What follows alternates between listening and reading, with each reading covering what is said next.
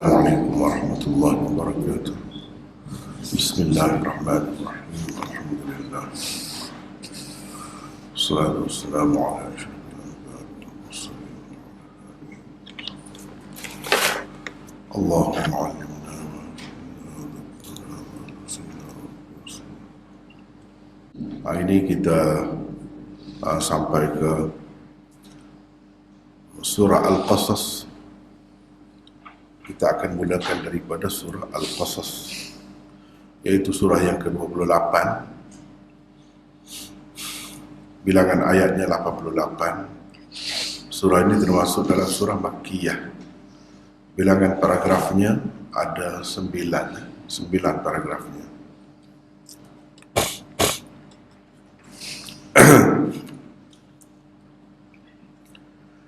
Sebelum kita bincang dengan lebih lanjut, elok kita tengok dulu secara sepintas lalu carta dengan mesej utama dan pembahagian paragrafnya. Mesej utama surah ini ialah janganlah mencari pengaruh dan kedudukan yang tinggi di bumi untuk melakukan kerosakan di bumi, kerana kamu akan menerima nasib yang sama seperti yang diterima oleh Fir'aun dan Qarun. Jadi jangan cari pengaruh dan kedudukan yang tinggi dengan bermaharaja lela dan melakukan kerosakan di bumi.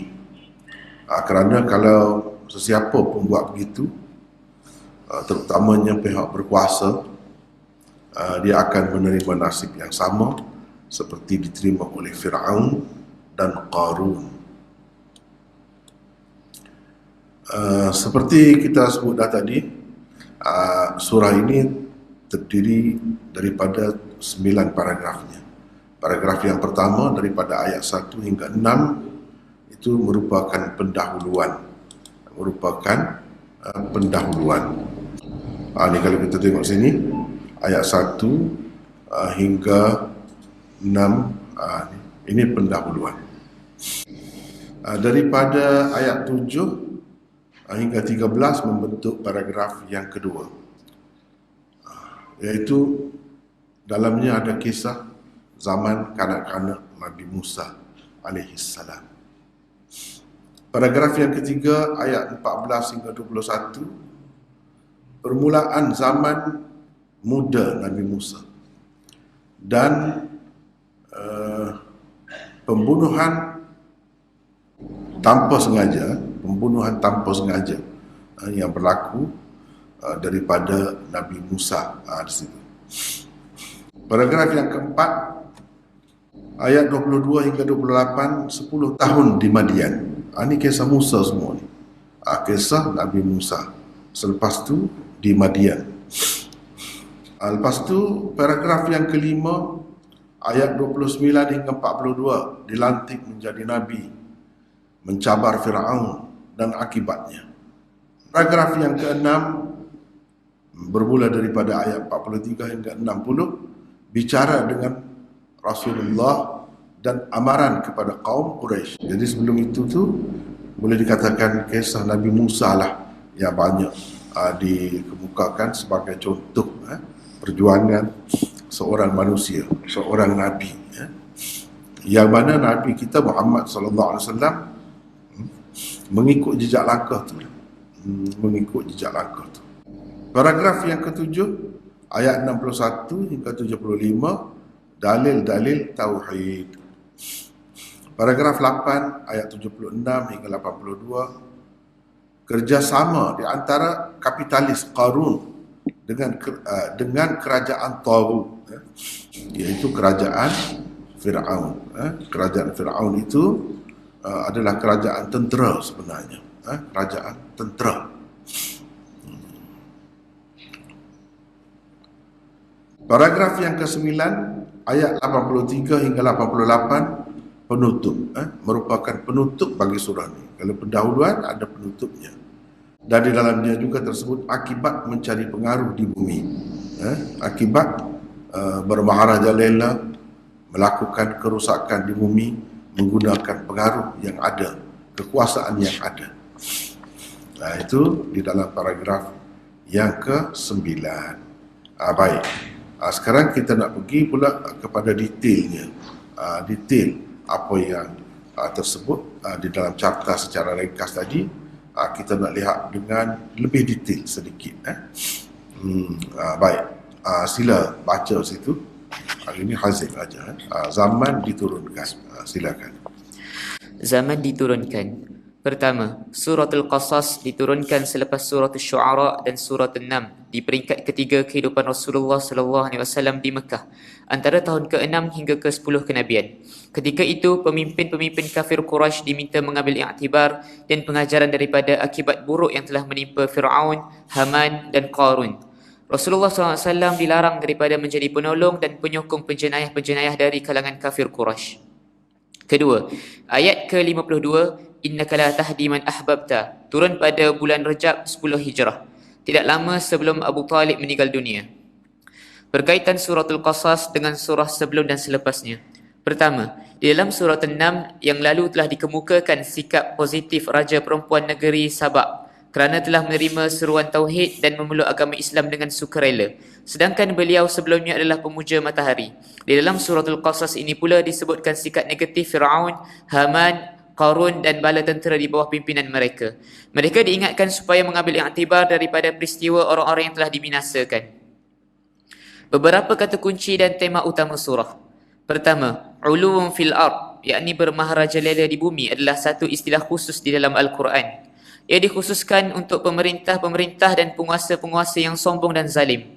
Penguasa-penguasa dan pemerintah-pemerintah yang tidak takut kepada Tuhan, tidak menghiraukan Tuhan, bahkan cuba menjadi Tuhan dengan merampas kuasa yang khusus dengan Allah dan menggunakannya dengan sewenang-wenangnya.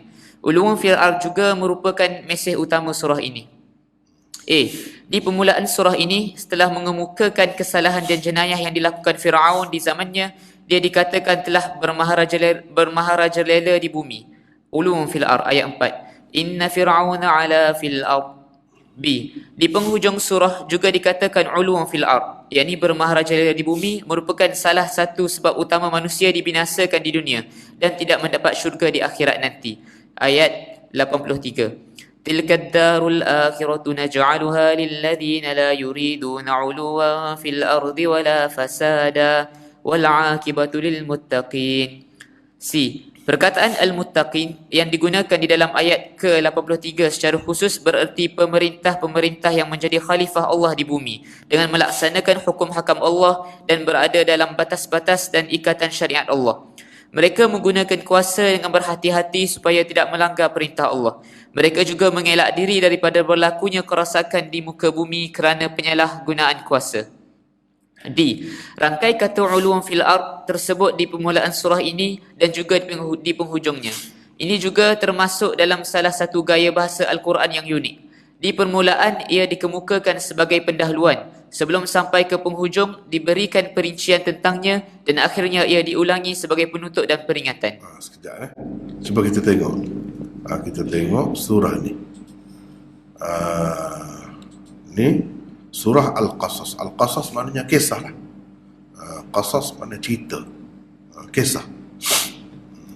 Kisah tu maksudnya kisah. Khususlah kisah Nabi-Nabi yang menjadi panduan kepada kita. Yang kita nak je di sini, cuba tengok ni. Ayat 4. Inna Fir'auna ala fil ard.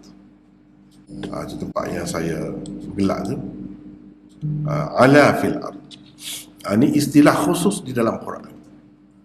Dan dia tidak banyak digunakan di dalam Quran. Tidak banyak. Ada beberapa tempat. Tapi yang lebih banyak di sini, di dalam surah ini. Nak menceritakan tentang sikap bermaharajalela. Itu makna satu istilah dalam Quran. Ulu fil ard. Meninggi ataupun bersikap tinggi di atas muka bumi. Tak faham kalau kita terjemah begitu. Maknanya bermaharajalela di muka bumi. Biasanya maharajalela ni digunakan untuk pemerintah lah.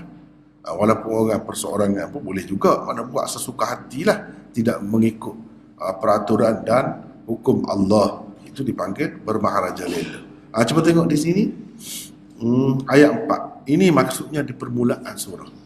Masih lagi di dalam pendahuluan. Dalam carta tadi kita tunjuk pendahuluan. Kemudian kita tengok di akhir surah tadi ada ni 83. 83. Cuba kita tengok sini. 83. 83 di sini. 83. Tilka darul akhiratu naj'aluha lil ladzina la yuriduna 'uluwan fil ardi wala fasada. Ulu fil ard. Itu istilah dalam Quran. Negeri akhirat itu kami peruntukkan, kami khususkan, kami berikan sebagai suatu keistimewaan, ganjaran istimewa kepada orang-orang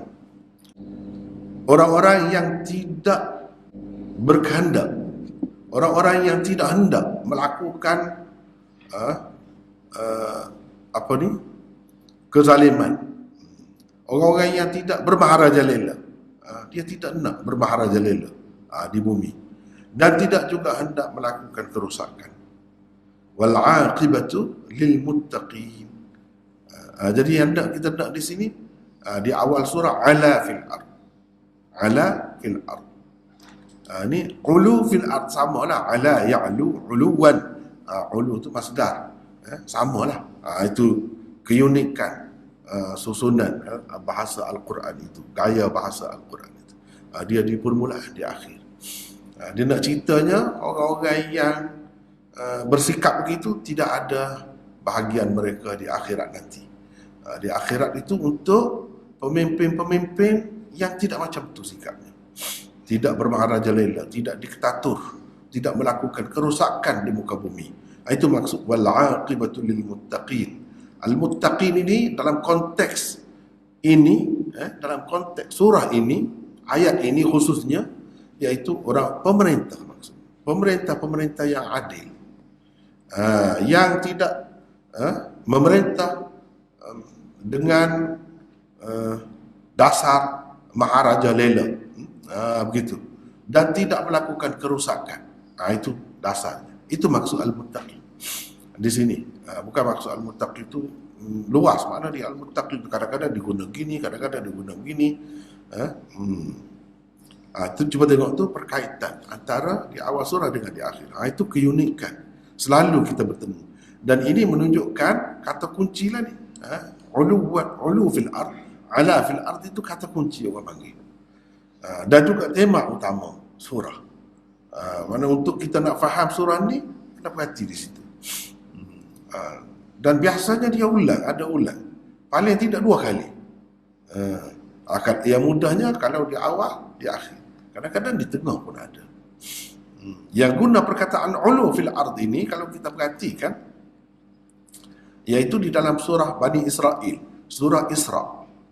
Surah Isra. Itu Yahudi. Kita boleh tengoklah sekarang ni macam mana. Boleh tengok dengan mata kepala kita. Dulu sebelum ada negara Israel tu tak nampak. Tak nampak.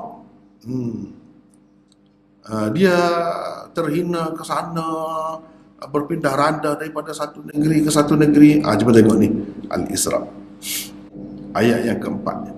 Wala ta'lunna 'uluwan kabira, wala ta'lunna 'uluwan kabira. Wa qadayna ila bani Israil fil kitab la tufsidunna fil ardi marratain.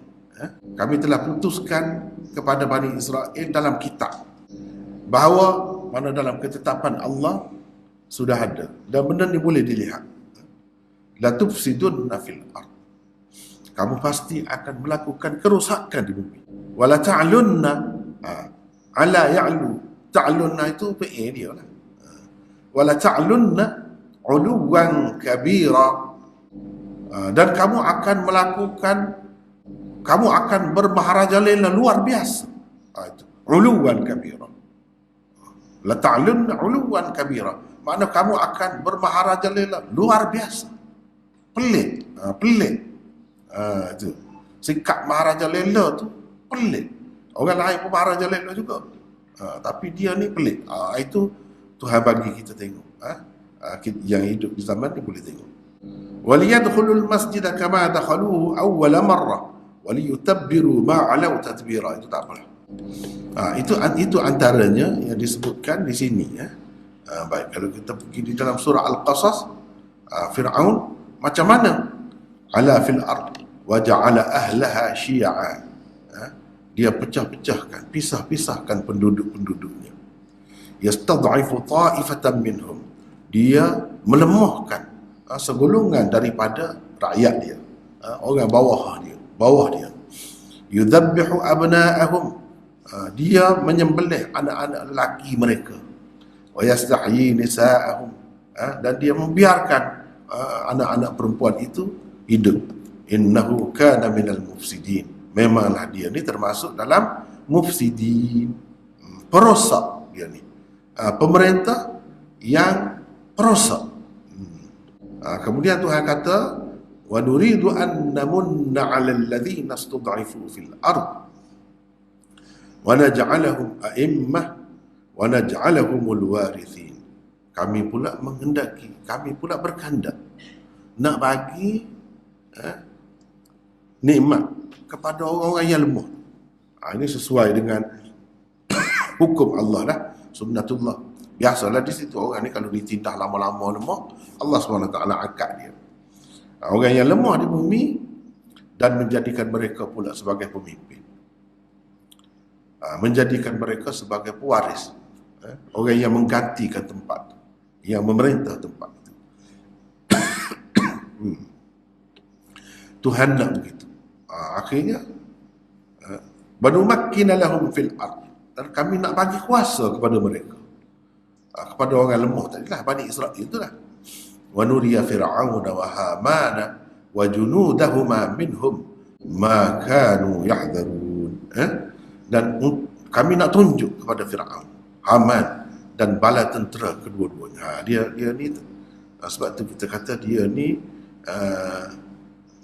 orang kata pemerintah, tentera, kerajaan, tentera. Kami nak tunjuk apa yang mereka duduk bimbang sangat, apa yang mereka tak mahu sangat, yang mereka duduk nak mengelak sangat, iaitu tidak hilang kuasa lah. Akhirnya hilang juga kuasa bila kehendak Allah berlaku. Itulah ceritanya. Macam mana? Lalu cerita, marilah cerita seorang kanak-kanak Bani Israel yang pada ketika itu hendak dibunuh begitu begini. Mak dia pergi hanyutkan di sungai Nil itu. Lalu diambil oleh keluarga Fir'aun dan dipelihara. Itulah Nabi Musa ceritanya. Nabi Musa tu lah, dia takut sangat tu sebab dia pakai buah Tuk Nujum, yang kata nanti kerajaan dia ni akan jatuh, tergugat kerana seorang anak lelaki. Memang hebat juga Tukang Nujum pada masa tu. Anak lelaki yang baru lahir ni lah masa dia kelahiran dia ni, sampai dah ni masa dia ni. Itulah Fir'aun jadi bunuh anak lelaki tu. Itu cerita ni.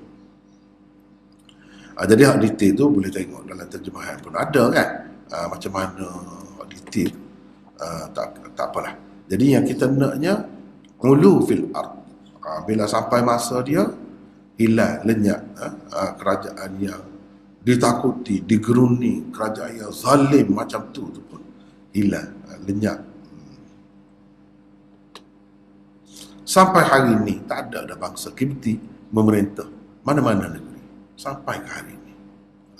Bila dia hilang kan, lenyap Fir'aun tu bangsa Kipti. Tapi bangsa Kipti tu ada lagi di Mesir, ada lagi. Jadi di Mesir tu hak teruk pun ada, hak bagus sangat pun ada. Sebab keturunan Fir'aun pun ada, keturunan Nabi Musa, dan orang-orang baik-baik pun ada di sana. Jadi itulah ceritanya. Baik, kita pergi pula kepada ayat kedua. Baca. Kedua, istikbar fil ard juga merupakan satu istilah khusus Al-Quran. Ia bererti sikap dan jiwa manusia yang derhaka dan melanggar batas-batas agama sehingga apa yang tersimpan di dalam hatinya terkeluar dan memberi kesan kepada orang-orang lain yang berada di muka bumi. Fir'aun dan bala tenteranya telah berlagak sombong dan menderhakai Allah di negeri yang diperintahnya. Ayat 39. Wastakbara huwa wa junuduhu fil ardi bighairil haqq. Perkataan junud dalam ayat ini juga perlu diberikan perhatian khusus. Sikap istikbar bukan hanya terbatas kepada individu sahaja. Bahkan ia mencerminkan jiwa dan mentaliti keseluruhan tentera yang dipimpin oleh komandernya. Kemabukan kuasa tentera seringkali membuatkan manusia dihina dan diperhamba. Ketiga, Firaun dan bala tenteranya serta kaki tangan kerajaannya sekejap. Jadi di sini ini pun kata kunci juga. Wastakbar, istakbar dan junud. Daripada situ kita dapat tahu kerajaan Firaun ni kerajaan jenis mana? Kerajaan tentera sebenarnya. Dia tu. Sebab itu selalu disebut junud, tentera. Dan sikap pemerintah tu istikbar. Sikap ni bukan ada saja pada Firaun saja, bahkan ada pada bala tentera dia. Teruklah. Susahlah duduk di negeri macam tu. Ini berkali-kali diulang. Teruskan. Ketiga, Firaun dan bala tenteranya serta kaki tangan kerajaannya disebutkan sebagai malak. Al-Quran mengatakan mereka adalah orang-orang yang jahat, derhaka dan perosak. Ayat 32. Innahum kanu qauman fasiqin. Keempat, di dalam suratul Qasas dinyatakan perbezaan di antara dua macam kepimpinan. Kata jamak bagi imam ialah a'immah. Pemimpin-pemimpin dan ketua masyarakat boleh jadi ahli syurga, boleh jadi juga ahli neraka. Kepimpinan Nabi Musa dan Harun adalah kepimpinan yang baik. Allah menghendaki Bani Israel yang sebelum itu tertindas, lemah dan dianiayai, dibela untuk menjadikan mereka sebagai pemimpin-pemimpin dunia. Di dalam ayat kelima dikatakan, wa nuridu an namunna 'alal ladzina istud'ifu fil ardi wa naj'alahum a'immatan wa naj'alahumul warithin. B. Kepimpinan Firaun pula sebaliknya. Ia adalah kepimpinan yang menyeru manusia ke neraka. Satu kepimpinan yang jahat dan perosak. Kerana kesombongan dan kederhakaan mereka, Allah telah menjadikan mereka ketua-ketua yang menyeru manusia ke neraka. Ayat 41. Wa ja'alnahum a'immatan yad'una ilan nar. Sekejap.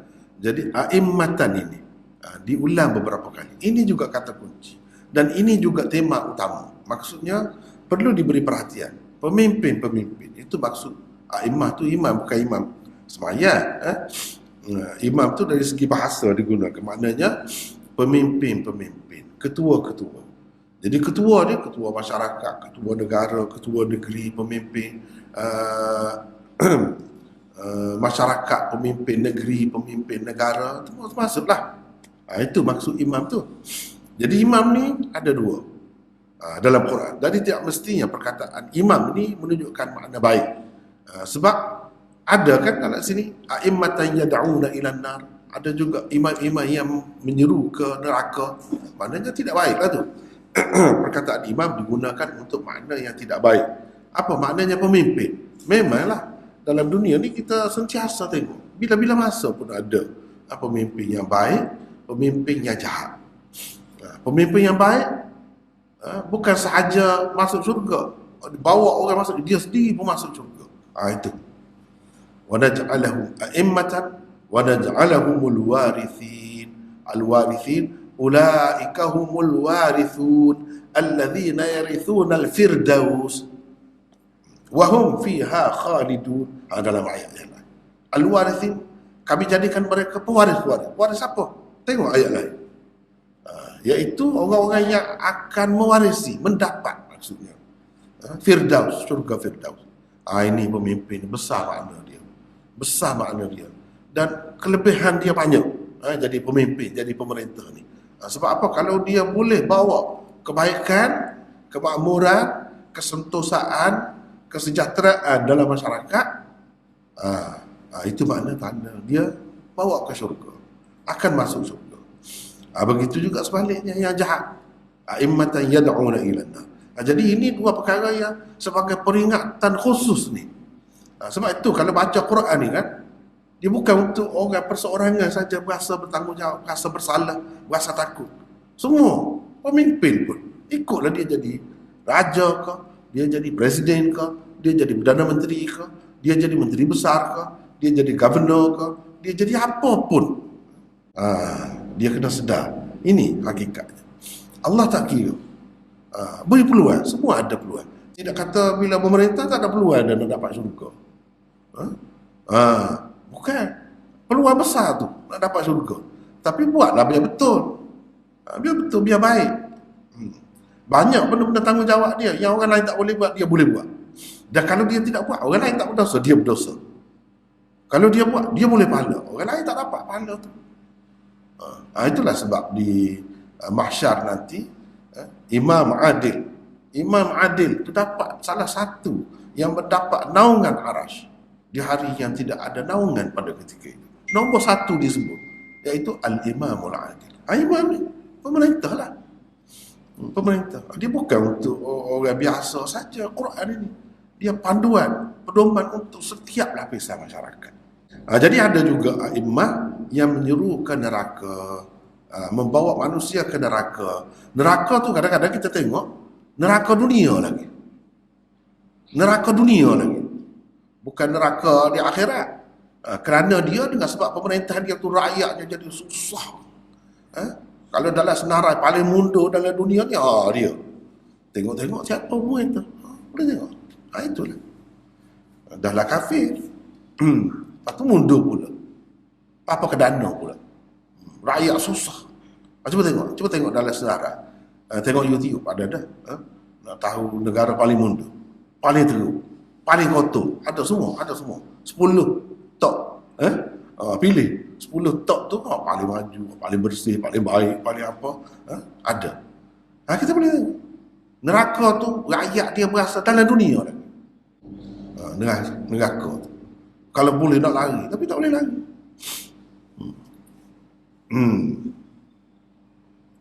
Ini semua, inilah maksudnya. Baik, baca lagi. Nombor 5. Kelima, di dalam suratul Qasas, perkataan junud dan junuduhuma diulang sebanyak 2 kali. Daripada kata junuduhuma, dapat difahami bahawa Fir'aun dan Haman merupakan 2 orang pemimpin tentera. Fir'aun sebagai ketua dan presiden merangkap panglima agung negara. Haman pula Perdana Menteri merangkap Menteri Pertahanan atau Timbalan Ketua Tentera. Allah menghendaki Fir'aun dan Haman serta bala tentera kedua mereka menyaksikan akibat buruk yang dibimbangi mereka. Ayat ke-6. وَنُرِيَ فِرْعَوْنَ وَهَامَانَ وَجُنُودَهُمَا مِنْهُمْ مَا كَانُوا يَحْذَرُونَ. Allah Subhanahu Wa Taala telah menyebutkan bala tentera Fir'aun dan Haman sebagai khati'in, yakni orang-orang yang bersalah. Ayat ke-8. Inna Fir'auna wa Hamana wa junudahuma kanu khati'in. Fir'aun dan bala tenteranya bersikap sombong dan zalim tanpa sebarang hak dan kelayakan. Ayat ke-39.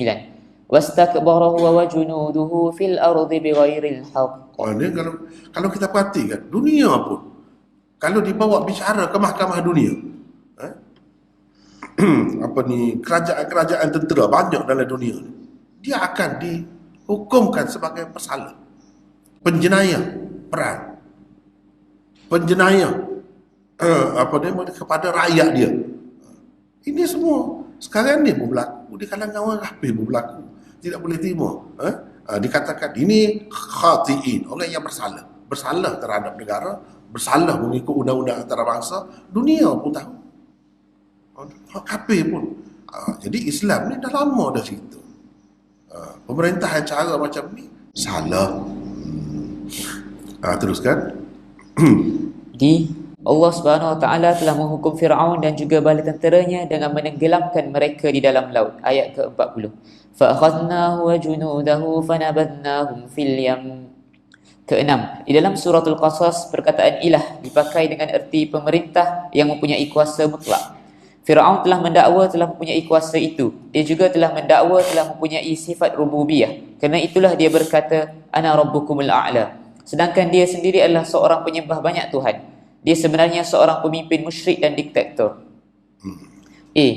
Dia berkata kepada pemimpin-pemimpin tenteranya, Aku tidak mengetahui kamu mempunyai ilah, yakni pemimpin yang mempunyai kuasa mutlak selain aku.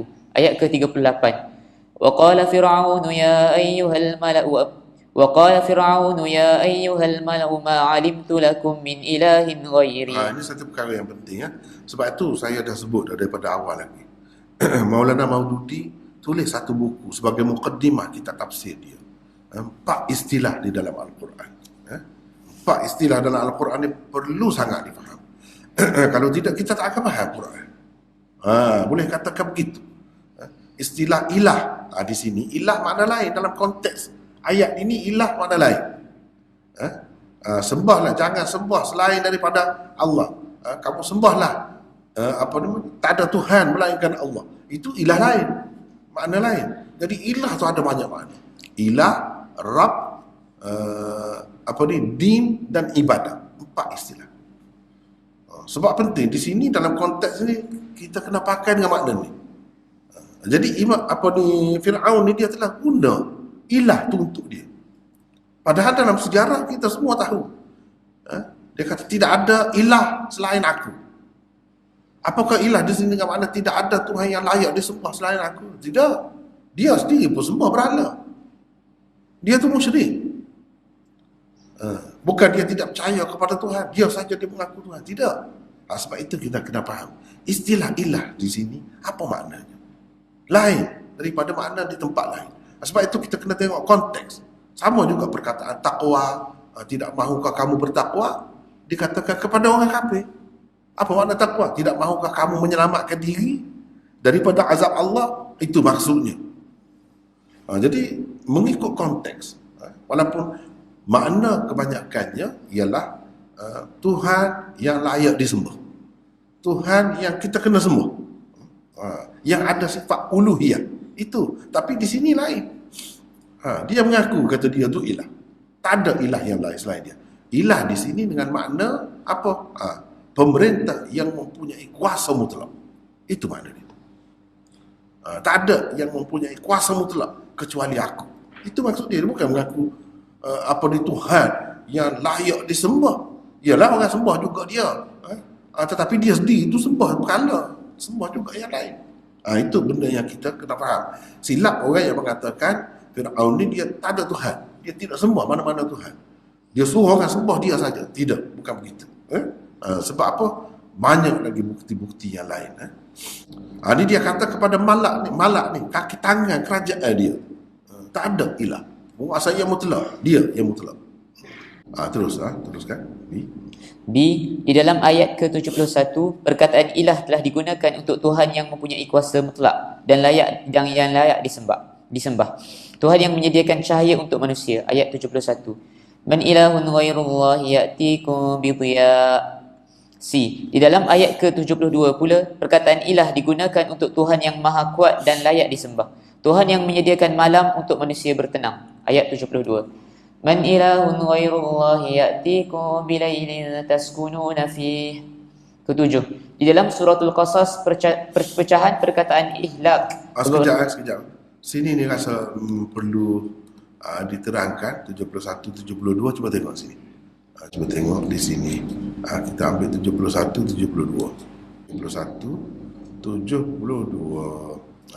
Qul ara'aytum in ja'alallahu 'alaykumul laila sarmadan ila yaumil qiyamah man ilahun ghairullahi ya'tikum bidhiya afala tasma'un. Katakan ara'aytum, bagaimana kalau Allah menjadikan kepada kamu malam ni buat selama-lamanya sampai kiamat. Malam berterusan. Siapa Tuhan selain Allah yang boleh membawa cahaya kepada kamu? Tidakkah kamu mendengar? Lepas tu ayat yang kedua, bagaimana kalau Allah SWT menjadikan kepada kamu itu siang selama-lamanya hingga ke hari kiamat? Siapa Tuhan yang boleh membawakan malam kepada kamu untuk kamu bertenang padanya? Tidakkah kamu perhatikan? Jadi ini, ayat ini, itulah bendanya. Dia di celah-celah cerita, di celah-celah begitu, dia ada benda-benda lain. Di sini bagi ahli falak, bagi ahli sains, dia kata betul Quran kata ni. Jadi benda ni dah ada dah. Dah ada dah di muka bumi ni, setengah-setengah kawasan di kutub utara ke kutub selatan ke, siang ada sepanjang hari masa. Siang saja. Malam tidak ada. Di setengah-setengah tempat pula malam saja. Siang ada sekejap. Maknanya nak cerita, kuasa siapa boleh menukar? Jadi seperti macam kita duduk di khatulistiwa apa ni. Siang dengan malam tu lebih kurang tak jauh bezanya. Jam dia tu. Boleh buat. Kita boleh tukar. Tak boleh tukar. Maknanya benda tu sudah ada dah. Allah SWT buat. Dan ini tanda kekuasaan Allah. Itu satu tafsiran. Tafsiran yang kedua, ada juga ulama-ulama kita kata ini yang disebut ini tak ada lagi. Bukan itu yang dimaksudkan. Itu ada juga siangnya. Walaupun sekejap, walaupun tak lama. Cuma malam dia tu panjang, disebut panjang. Berbulan-bulan. Siangnya pendek, ada siangnya panjang gitu, tapi tidaklah kata malam terus. Jadi malam terus ni macam mana ni? Jadi ada juga ahli falak Islam mengatakan ini akan berlaku sebelum kiamat. Sebelum kiamat ni mana bumi ni akan senyap, duduk senyap. Sekarang ni dia jadi siang malam tukar tu sebab dia duduk berputar. Duduk berputar, matahari kena cahaya matahari itu duduk berputar pada paksi dia tu, dan dia berjalan bergerak. Suatu hari nanti sebelum kiamat, ini sebagai salah satu tanda bumi ini sakit. Sebab manusia pun sebelum dia nak mati biasanya dia sakit. Sakit itu tak boleh bergerak lah. Jadi dia duduk diam. Bila duduk diam, matahari kena sebelah lah. Sebelah tu lah ya, sepanjang masanya jadi siang. Sebelah lagi tu tak kena. Tak kena dah cahaya matahari. Itulah yang gelap, kata dia. Suatu ketika, pada ketika tu siapa boleh buat? Kita tak sampai lagi ke tahap tu, peringkat itu. Kalau sampai ke masa tu, kita boleh tengoklah betul apa yang disebutkan. Tak ada kuasa yang boleh mengubahnya. Kalau katakanlah berlaku begitu, tak ada siapa boleh ubah. Tengok saja. Dan kira-kiranya bahagian bumi yang tak kena, kalau lama masa lah, kalau lama masa tak tahulah, tidak disebut sini lama masa 100 tahun ke 50 tahun ke berapa tahun. Kalau lama tak kena tu sejuk, teruk tu sebelah tu beku kira-kiranya, dah tak kena langsung cahaya matahari. Sebelah ni pula panas sangat, panas. Tidak kata bergerak bumi. Ada yang berpendapat begitu. Jadi di celah-celah ni nak ceritanya kekuasaan Allah. Jadi ilah tu yang layak disembah tu Tuhan yang macam tu lah. Tak ada orang lain yang layak. Walaupun dia pakai nama ilah, Tuhan pun, dia tu seperti Fir'aun, tapi dia tidak boleh buat semua ni. Dia hanya berkuasa di negeri dia ya. Di negeri dia. Itu yang menarik perhatian.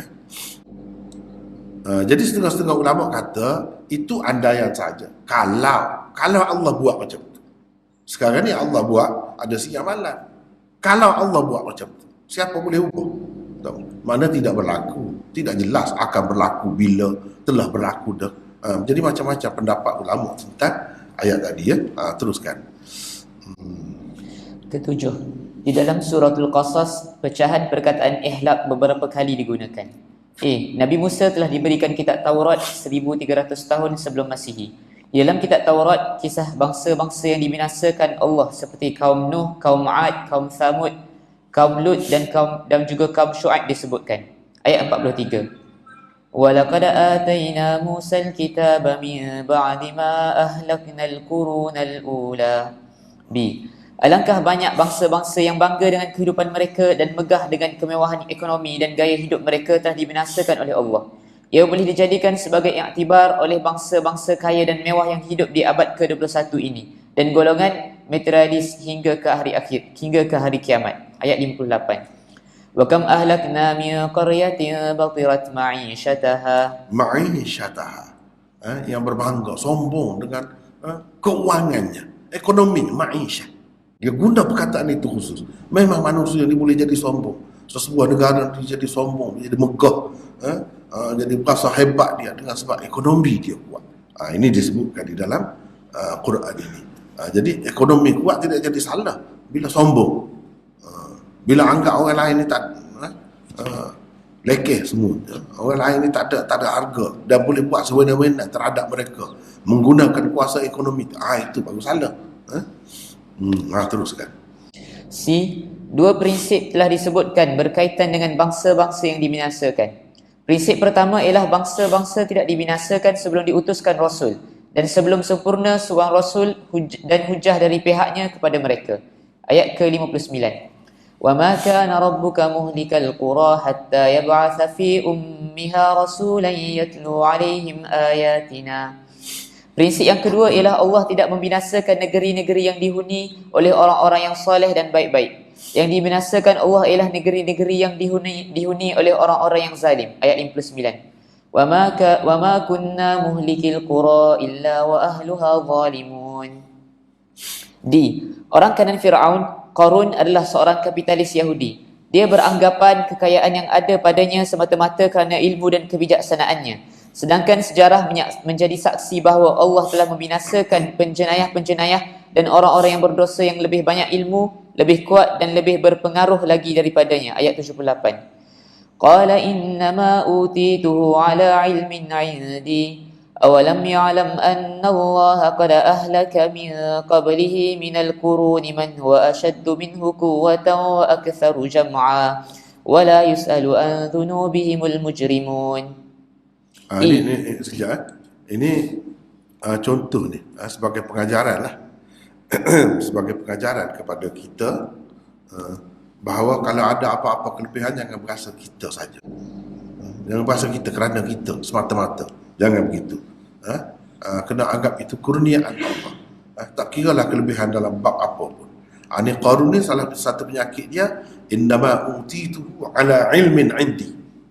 Aku dapat semua ni kerana ilmu aku. Kerana aku hebat lah. Kerana aku sendiri lah. Jangan berasa begitu. Kaya ke kerana usaha kita semata-mata. Kalau kita bijak ke kerana kita semata-mata. Pandai itu. Kita hebat kita sendiri. Jangan. Tapi kena ingat itu daripada Allah, kurnia Allah. Dan kena ingat sebagaimana bila-bila masa pun kena ingat orang dahulu. Jangan ingat kita ni paling hebat sekali. Mungkin ramai lagi orang yang lebih hebat daripada kita. Kalau nak tahu sejarah, baca sejarah. Tengok sejarah. Dah ramai dah. Mereka pun lenyap, hilang gitu. Jadi itu satu sikap yang tak salah lah. Teruskan. Allah telah menenggelamkan ke dalam perut bumi Qarun bersama rumah dan harta kekayaannya. Tidak ada satu pun kuasa dan penolong selain Allah yang telah dapat menyelamatkannya. Ayat 81. فَخَسَفْنَا بِهِ وَبِدَارِهِ الْأَرْضَ فَمَا كَانَ لَهُ مِنْ فِئَةٍ يَنْصُرُونَهُ مِنْ دُونِ اللَّهِ وَمَا كَانَ مِنَ الْمُنْتَصِرِينَ. F. Di akhir suratul Qasas terdapat ayat yang menyeru pemimpin-pemimpin dunia supaya menerima tauhid doa, tauhid kekuasaan, tauhid kehidupan dan tauhid tasyri'i. Semuanya diperjelaskan secara terperinci di dalam ayat itu. Pemimpin-pemimpin yang tidak menghiraukannya mungkin dihukum di dalam dunia dan tentu sekali akan dihukum di akhirat nanti. Semua makhluk akan fana dan binasa. Hanya Allah sahaja yang kekal. Oleh itu, manusia janganlah menyeru dan berdoa kepada selainnya dan jangan juga menerima orang lain sebagai hakim dan pembuat undang-undang untuknya. Manusia hendaklah sentiasa ingat bahawa ia akan dikembalikan kepadanya. Ayat 88. وَلَا تَدْعُ مَعَ اللَّهِ إِلَهًا آخَرَ لَا إِلَهَ إِلَّا هُوَ كُلُّ شَيْءٍ هَالِكٌ إِلَّا وَجْهَهُ لَهُ الْحُكْمُ وَإِلَيْهِ تُرْجَعُونَ. 8. Perkataan zahir, yakni penolong atau pembantu, dua kali digunakan di dalam surah ini. Daripada kedua-dua ayat yang mengandungi perkataan ini, difahami bahawa hamba-hamba Allah yang baik-baik janganlah sesekali menjadi pembantu dan penyokong orang-orang kafir dan orang-orang yang zalim.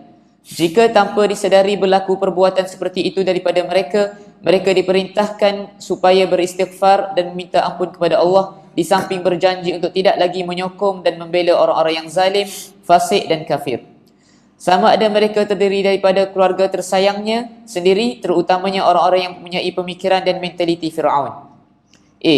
Nabi Musa telah beristighfar kerana pembunuhan tidak sengaja yang telah berlaku daripadanya. Allah telah memaafkannya. Sebagai menghargai keampunan Allah itu, Nabi Musa berjanji untuk tidak menolong dan membantu lagi orang-orang yang berdosa. Ayat 17. قال رب بما أنعمت علي فلن أكون ظهيرا للمجرمين. B. Allah Subhanahu Wa Taala telah mengatakan wahyu yang diberikan kepada Rasul terakhirnya adalah rahmat. Diperjelaskan kepada dunia bahawa Rasulullah tidak bercita-cita dan berhasrat hendak memegang jawatan kerasulan dan kenabian. Bagaimanapun setelah diberikan wahyu kepada baginda, Allah telah berpesan kepadanya supaya jangan sesekali menyokong dan membantu orang-orang kafir. Ayat 86.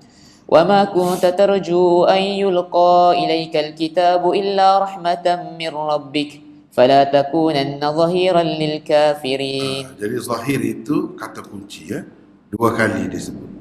Dua kali. Itu kata kunci lah. Menyokong orang zalim jangan. Menyokong orang kafir jangan. Itu kesimpulannya. Kalau ada berlakulah kepada kita begitu, minta ampunlah. Cepat-cepat kepada Allah Subhanahu Wa Taala. Insaflah cepat-cepat. Itu maksudnya. Baik, kita ringkas saja. Seterusnya surah Al-Ankabut. Ini surah yang ke-29, bilangan ayatnya 69. Ini juga termasuk dalam surah Makkiyah. Bilangan paragrafnya ada 8. Baik, terlebih dahulu kita tengok mesej utamanya. Ahli tauhid semestinya mengalami pelbagai ujian. Mereka juga mungkin terpaksa berhijrah. Itu mesej utama. Maknanya kita orang Islam ni kan, orang yang ada prinsip, ada ideologi. Ideologi ni bukan cakap saja dah. Dia kena uji, akan diuji. Orang yang pegang dengan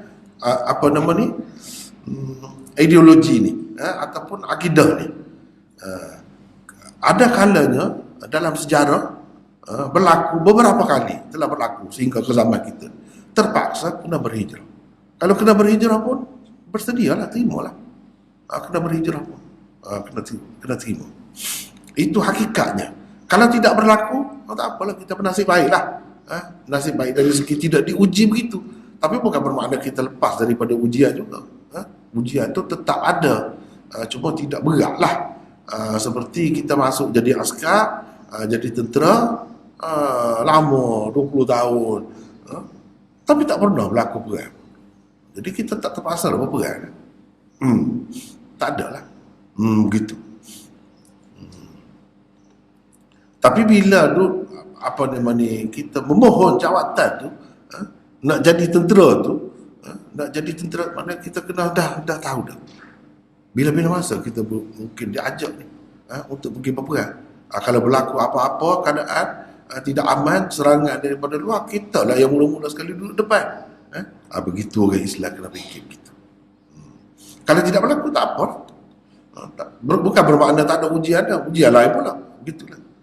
Jadi paragraf 1 ayat 1 hingga 7, ujian pasti akan datang. Ahasiban nasu ayyutraku an yaqulu amanna wa hum la yuftanun. Apakah manusia itu menyangka mereka akan dibiarkan begitu sahaja bila mereka berkata kami telah beriman dan mereka tidak diuji lagi? Kalau sangka begitu tak betul lah. Salah sangka itu tak betul, bukan begitu. Jadi mukmin ni.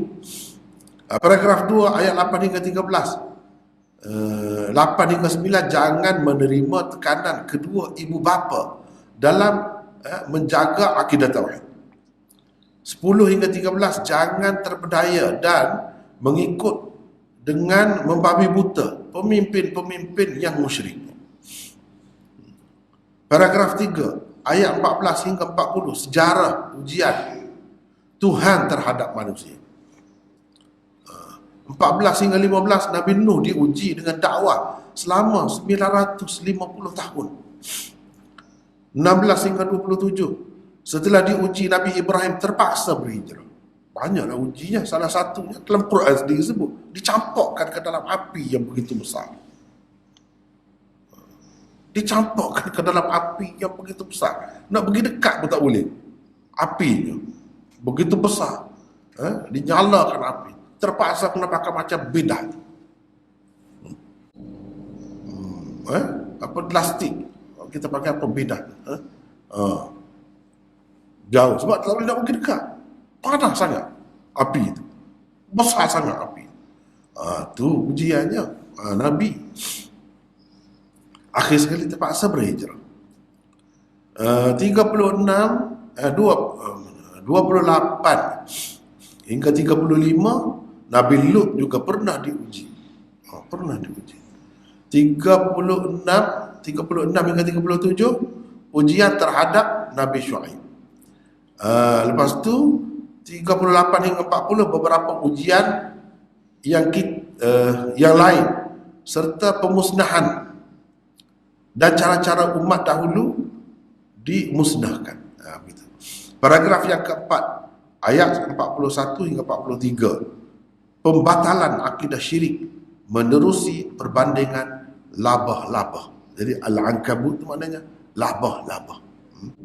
Paragraf yang kelima, ayat 44 hingga 47, adab dakwah kepada ahli kitab di Habsyah.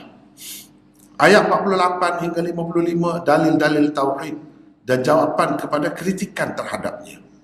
Paragraf yang ke-6, ayat 56 hingga 60, perintah berhijrah dan janji akan memberi rezeki. Orang yang berhijrah itu janji akan memberi rezeki. Paragraf 7,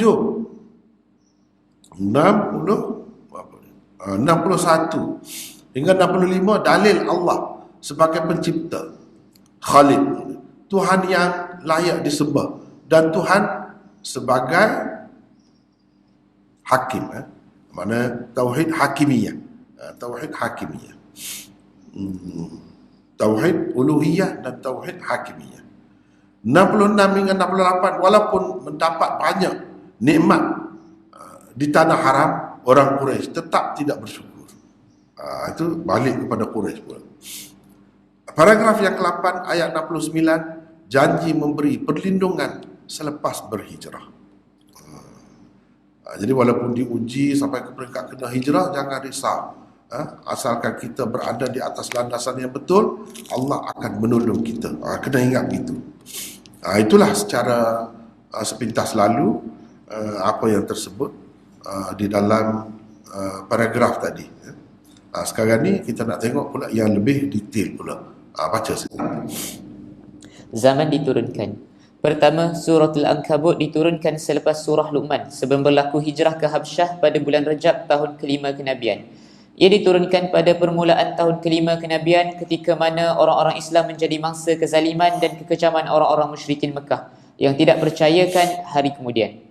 Orang-orang Islam diuji dengan hijrah dan berbagai-bagai ujian yang lain. Kedua, melalui firman Allah, Inna ardi wasi'ah, diperintahkan berhijrah ke Habsyah, ayat 56. Ketiga, orang-orang Islam yang lemah dan orang-orang munafikin di Mekah yang teragak-agak untuk berhijrah ke Habsyah diberi peringatan, ayat 10 dan 11. Berkaitan surah Al-Ankabut dengan surah Selun dan selepasnya. Pertama, di dalam surah Al-Qasas, sebelum ini telah disebutkan kisah Bani Israel yang dizalimi oleh kerajaan tentera Fir'aun. Di dalam surah Al-Ankabut ini disebutkan kisah orang-orang yang baru memeluk Islam yang dizalimi di Mekah. Mereka diuji dan terpaksa berhijrah. Kedua, di dalam surah ini diberikan satu perbandingan yang sangat cantik, iaitu sarang labah-labah untuk membuktikan tauhid walayah, iaitu kekuasaan. Ketiga, di dalam suratul Rum akan datang dikemukakan pula dalil-dalil yang membuktikan adanya hari akhirat dan hari kiamat. Beberapa kata kunci dan tema utama surah. Pertama, melalui perkataan yuftanun, orang-orang Islam didedahkan dengan beberapa prinsip ujian. Orang-orang Islam dididik dengan hakikat bahawa selepas seseorang menerima tauhid, dia akan diuji dengan berbagai ujian. Ayat kedua. Ahasiban nasu an yutraku an yaqulu amanna wa hum la yuftanun. B. Sejarah seruan ke arah tauhid penuh dengan bermacam-macam ujian. Ayat ketiga. Walaqad fatanna alladhina min qablihim. C. Tujuan ujian ialah untuk menapis dan memilih orang-orang Islam yang tulen Islamnya. Ayat ketiga. Fala ya'lamanna Allahu alladhina sadaqu wa la ya'lamanna al-kadhibin. Kedua, tema pertemuan dengan Tuhan, liqa Allah, 3 kali terdapat di dalam surah ini. Orang-orang yang percaya akan pertemuannya dengan Allah diyakinkan bahawa tempoh yang ditentukan Allah pasti akan datang. Ayat kelima. Ma kana yarju liqa Allah fa inna ajala Allah la'at. B. Orang-orang yang tidak percaya akan bertemu dengan Tuhan dan tidak percaya juga kepada ayat-ayat Allah diberikan berita buruk akan mendapat azab yang pedih. Ayat 23. والذين كفروا بآيات الله ولقائه أولئك يئسوا من رحمتي وأولئك لهم عذاب أليم. C. Nabi Shu'aib telah menyeru kaumnya supaya beriman kepada ajaran tauhid dan hari akhirat. Beliau juga melarang mereka daripada melakukan kerosakan di muka bumi. Ayat 36. وَإِلَى مَدْيَنَ أَخَاهُمْ شُعَيْبًا فَقَالَ يَا قَوْمِ اعْبُدُوا اللَّهَ وَارْجُوا الْيَوْمَ الْآخِرَ وَلَا تَعْثَوْا فِي الْأَرْضِ مُفْسِدِينَ. Ketiga, mujahadah atau usaha gigih untuk agama disebutkan 2 kali di dalam surah ini. A. Pertamanya dikatakan mujahadah itu berguna untuk orang yang melakukannya sendiri. Ayat ke-6. وَمَنْ جَاهَدَ فَإِنَّمَا يُجَاهِدُ لِنَفْسِهِ. B. Orang-orang yang bermujahadah. Mujahadah ni susah payah lah, berpenat lelah, bersungguh-sungguh, tidak main-main, serius. Ikutlah dalam apa perkara. Kalau sebagai pelajar, cara pelajar. Sebagai peniaga, cara berpeniaga. Sebagai pengkaji, sebagai pengkaji. Sungguh-sungguh, serius. Jadi hasilnya dia akan dapat. Itu Allah janji. Wa man jahada fa innama yujahidu li nafsi. Sesiapa yang berjuang, bersusah payah, bersungguh-sungguh, serius melakukan sesuatu perkara, sebenarnya dia buat itu untuk faedah diri sendiri. Dia sendiri akan dapat faedah, bukan orang lain. Orang lain tu dapat juga, dia sendiri pun dapat. Gitu. Teruskan. B.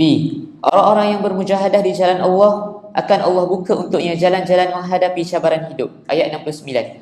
وَالَّذِينَ جَاهَدُوا فِينَا لَنَهْدِيَنَّهُمْ سُبُلَنَا. Keempat, di dalam suratul Ankabut hijrah disebut 2 kali. A. Nabi Ibrahim hanya diimani oleh anak saudaranya Nabi Lut, dan Nabi Lut telah pun mengisytiharkan untuk berhijrah kepada Allah. Ayat 26. فَآمَنَ لَهُ لُوطٌ وَقَالَ إِنِّي مُهَاجِرٌ إِلَى رَبِّي. B. Hamba-hamba Allah yang beriman diperintahkan bahawa jika kamu berasa bumi ini sempit, tidaklah perlu dirisaukan kerana bumiku luas. Kamu boleh pergi ke negeri mana pun, tetapi hendaklah kamu terus beribadat dan taat kepadaku. Ayat 56. Ya ibadiyalladzina amanu inna ardi wasi'atun fa iyaya fa'budun. Kelima, perkataan sabil tersebut 2 kali di dalam surah ini.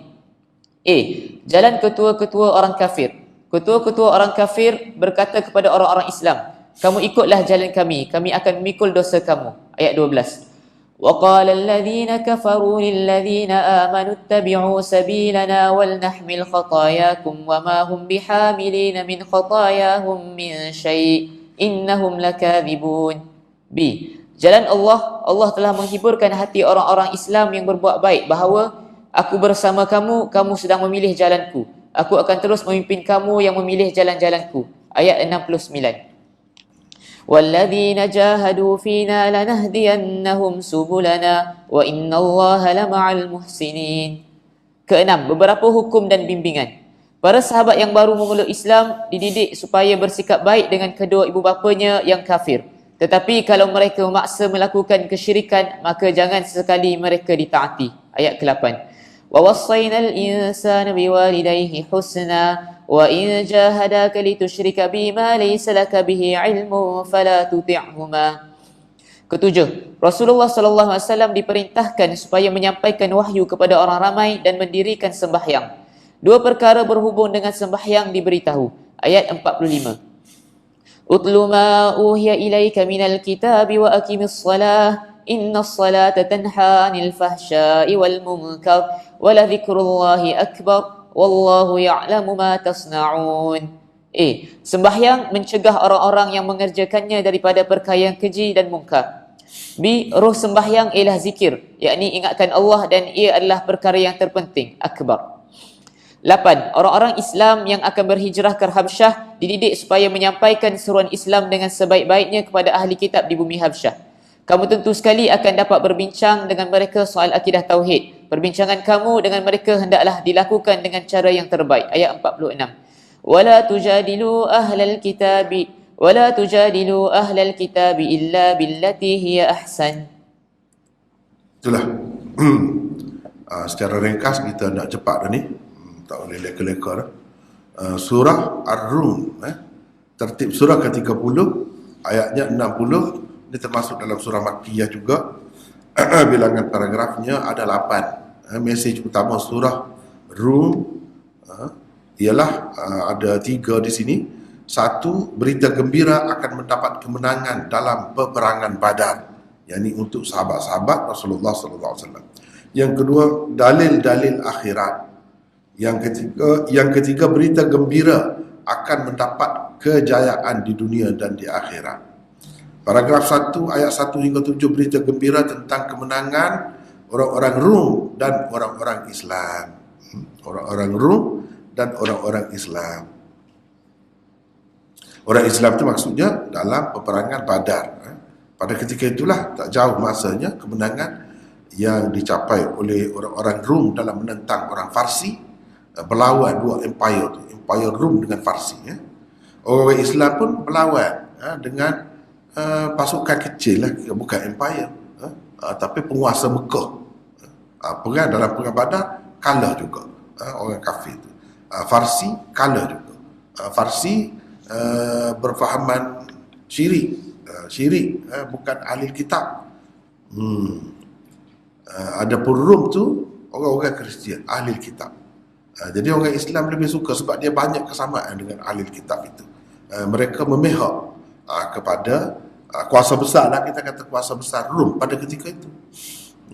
Mereka lebih dekat dengan fahaman Islam itu.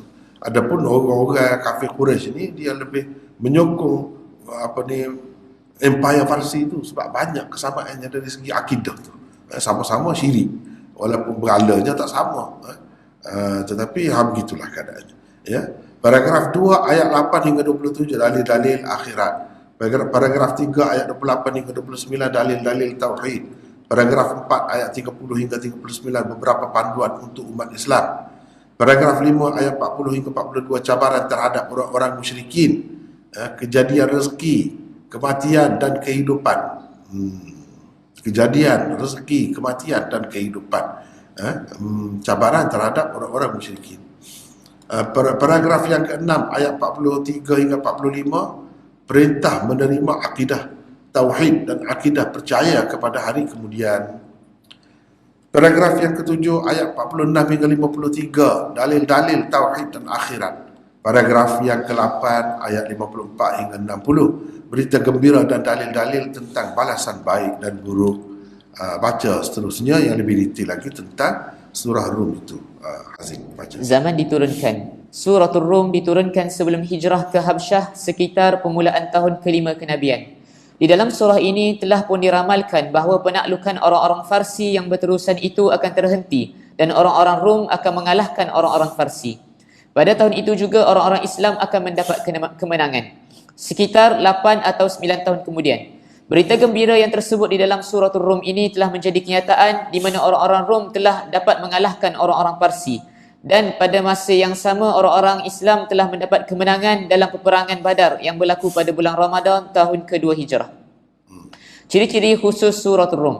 Di dalam suratul Rum tersebut 7 kali perkataan wa min ayatih. Ia digunakan sebagai menyatakan dalil-dalil tauhid. Berkaitan suratul Rum dengan surah sebelum dan selepasnya.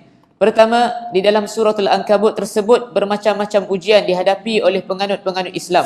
Di dalamnya juga tersebut tentang hijrah sementara. Di dalam suratul Rum ini pula disebutkan 2 perkara sebagai hasil daripada hijrah, iaitu janji kemenangan dan pertolongan dari Allah yang mana telah menjadi kenyataan dalam bentuk kemenangan dalam perang Badar. Kedua, mesej utama suratul Rum ialah membuktikan kebenaran hari kiamat dan hari akhirat, dan surah ini berakhir dengan kata la yuqinun, yakni mereka tidak akan yakin dan percaya. Di dalam surah Luqman selepas ini, di dalam bahagian permulaan dan pendahuluannya lagi telah disebutkan sifat-sifat muhsinin, dan mereka disifatkan dengan wahum bil akhirati hum yuqinun, yakni mereka percaya dan yakin.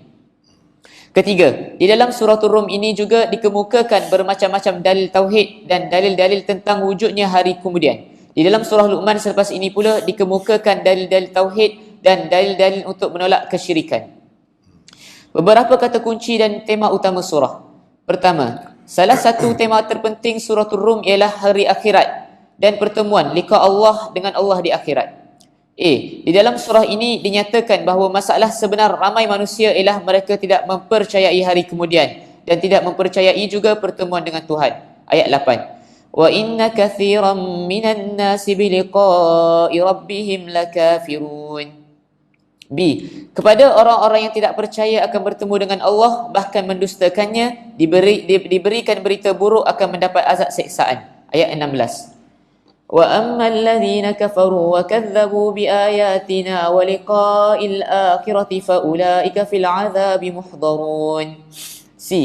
Hujan dikemukakan sebagai dalil dan bukti bagi adanya hari kebangkitan, di mana Allah menyuburkan dan menghijaukan muka bumi setelah menurunkan hujan. Begitulah juga dia akan menghidupkan orang-orang yang mati. Ayat 50.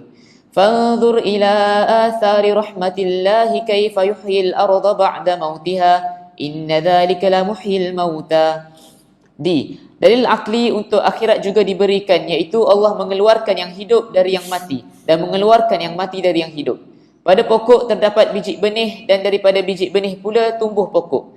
Ayam keluar daripada telur dan telur pula keluar dari ayam. Begitu juga manusia akan dihidupkan dengan dibangkitkannya dari kubur. Ayat ke-19. Yukhrijul hayya minal mayyiti wa yukhrijul mayyita minal hayyi wa yuhyil arda ba'da mautiha wa kadzalika tukhrajun. Akibat kelalaian manusia, didedahkan bahawa manusia di sepanjang hayatnya hilang, yakni habis umur dalam kelalaian. Mereka lalai terhadap kehidupan akhirat. Ayat ke-7. Ya'lamuna zahiran minal hayatid dunya wa hum 'anil akhirati ghafilun. Kedua, ketua-ketua orang-orang kafir Quraisy diingatkan bahawa sejarah menjadi saksi Allah telah menghukum orang-orang yang berdosa dan memberi pertolongan kepada orang-orang mukmin. Allah pasti akan menolong orang-orang yang beriman kepada Rasul terakhir yang diutusnya, dan orang-orang musyrikin Mekah pasti akan menerima kekalahan. Ayat 47. وَلَقَدْ أَرْسَلْنَا مِنْ قَبْلِكَ رُسُلًا إِلَى قَوْمِهِمْ فَجَاءُوهُمْ بِالْبَيِّنَاتِ فَانْتَقَمْنَا مِنَ الَّذِينَ أَجْرَمُوا وَكَانَ حَقًّا عَلَيْنَا نَصْرُ الْمُؤْمِنِينَ. B. Orang-orang yang tenggelam dalam kehidupan dunia dan leka terhadap akhirat, pada hari kiamat kelak akan bersumpah bahawa mereka hanya hidup di dunia sekejap sahaja. Ayat 55. وَيَوْمَ تَقُومُ السَّاعَةُ يُقْسِمُ الْمُجْرِمُونَ مَا لَبِثُوا غَيْرَ السَّاعَةِ. Ketiga, terdapat 7 ayat di dalam surah ini dimulakan dengan lafaz wa min ayatih. Ia diguna untuk menyatakan akidah tauhid, kekuasaan Allah dan hikmahnya. Ia juga dikemukakan sebagai dalil bagi adanya hari akhirat. Di dalam ayat ke-20, setelah menyatakan hakikat manusia dijadikan daripada tanah, dibuktikan adanya tauhid kekuasaan dan iradat Allah. Ayat 20. Wa min ayatihi an khalaqakum min turabin thumma idza antum basharun tantashirun. B. Di dalam ayat ke-21 dinyatakan kejadian pasangan-pasangan manusia dan kasih sayang yang terjalin di antara mereka sebagai dalil kekuasaan Allah. Ayat ke-21. Wa min ayatihi an khalaqa lakum min anfusikum azwajan litaskunu ilaiha wa ja'ala bainakum mawaddatan wa rahmah. Inna fi dhalika laayatin liqaumin yatafakkarun. C.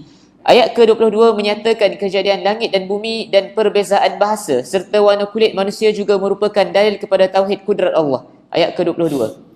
Wa min ayatihi khalqus samawati wal ardi wa ikhtilafu alsinatikum wa alwanikum. Sekejap Memanglah semua ni min ayatihi, min ayatihi. Ini termasuk dalam ciri khusus surah. Dia guna kata kunci itu. Untuk menarik perhatian manusia diguna ni beberapa kali diguna ni.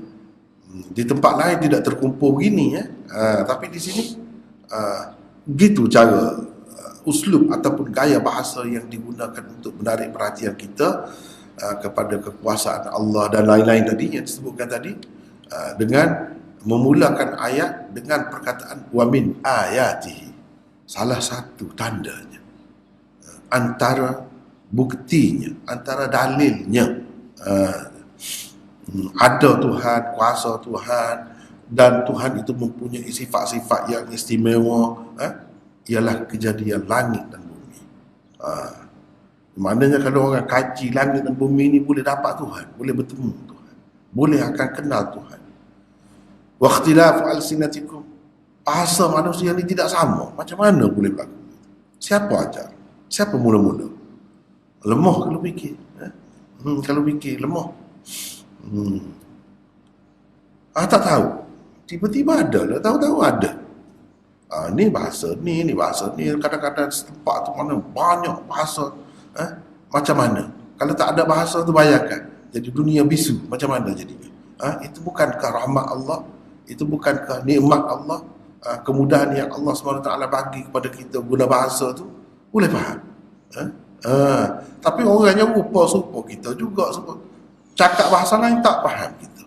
Tak faham maksudnya.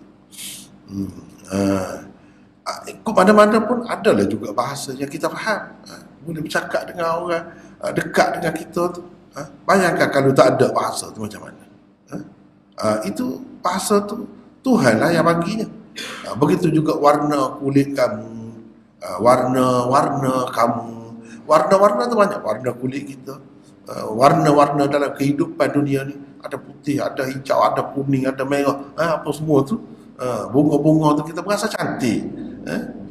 Tengok apa nama ni, rama-rama tu pun warna-warni tu pun kita berasa cantik. Itu gabung dengan warna lah. Di sebalik warna tu, kalau Allah SWT tak bagi mata, mana nak nampak warna? Tak ada faedah semua tu. Baru nampak kelebihan itu apabila kita ni dikurniakan mata. Pada umumnya manusia diberikan itu. Cuba kita tengok, semua tu berbeza-beza. Kalau tanah pula, tanah macam ni kepada orang yang belajar, warna macam ni menandakan ada apa tu kawasan tu. Tanah macam ni kalau untuk sakit apa boleh berubah dengan tanah macam tu. Bukan semua penyakit boleh ubah dengan tanah macam ni, tapi ada penyakit-penyakit tertentu. Bagi orang yang tahu, dia boleh ambil manfaat. Daripada mana? Daripada warna tanah. Sebagaimana kita boleh tahu warna kulit macam ni, kita boleh tahu, oh ini orang negro. Boleh tahu tu. Negro ni adalah kepala kita yang tahu tentang dunia ni. Mana-mana kawasan dia boleh tahu. Begitu. Jadi semua ni tanda kekuasaan Allah. Dia tidak buat pula tu daripada ibu bapa yang sama tu. Kalau kita daripada satu kilat kereta tu nak buat berapa? 1000 unit sama super. Ini tidak, daripada dua ibu bapa tu lain-lain. Dari segi rupanya, cerdik ataupun apa nama ni, kurang cerdik, tak sama. Perangainya tak sama. Daripada ibu bapa yang sama. Itu tanda kekuasaan dia. Kalau dia nak buat sama, boleh saja. Manusia boleh buat. Setakat dia mampu nak buat kereta, ke nak buat apa-apa, kita kata. Tapi Allah SWT tidak buat begitu. Ada hikmatnya di sebalik itu. Kenapa adik-beradik pun jadi berbeza? Di satu pihak ni jahat sangat, di satu pihak ni baik sangat. Macam mana begitu? Tapi ibu bapanya sama. Kalau fikir semua tu, fikir langit, fikir bumi, kaji langit, kaji bumi, jadi kaji bintang, kaji bumi ni macam-macam pula. Semua boleh dapat Allah, semua boleh kenal Allah. Tapi kalau betul-betul lah, kalau bersungguh-sungguh lah. Baca lagi teruskan. Di ayat ke-23 menyatakan kejadian malam dan siang dan tujuannya. Ia merupakan dalil tentang adanya hikmat Allah. Ayat 23. Wa min ayatihi manamukum bil-laili wan-nahari wabtigha'ukum min fadlih. Ayat ke-24, kilat dan hujan dijadikan dalil untuk akhirat dan juga dalil untuk kekuasaan Allah. Ayat 24. Wa min ayatihi yurikumul barqa khawfan wa tama'an wa yunazzilu minas sama'i ma'an fayuhyi bihil arda ba'da mautiha. Jadi semua ni kan, semua ni kalau kita perhati semua ada sudut baik, ada sudut tak baik. Mungkin suka kepada setengah orang, tidak suka kepada setengah yang lain. Begitulah hidup dunia ni. Lepas tu benda-benda ni kan, kalau kita kata kilat, guru bunyi nak hujan. Nak hujan tu kepada yang rumah dia kokoh, rumah dia baru, rumah dia tu hebat, tak ada apa-apa masalah. Tetapi kepada orang yang rumahnya tiris, rumahnya orang miskin, macam mana? Jadi kilat guru tu suatu yang menakutkan, sesuatu yang tidak suka. Dia tidak suka, satu pihak suka. Padahal benda yang sama. benda yang sama. Orang-orang yang nak menanam padi sukalah, nak hujan ni banyak, senanglah kita nak menanam, sesuai lah nak menanam padi. Tapi bagi orang yang menanam getah, pokok getah tak suka. Tak suka. Benda yang sama. Daripada hujan tu juga. Maknanya akan dapat hasil yang berbeza. Hasil yang berbeza. Kita hidup di dunia yang sama juga. Tapi satu orang boleh pergi ke syurga, satu orang pergi ke neraka. Kenapa begitu?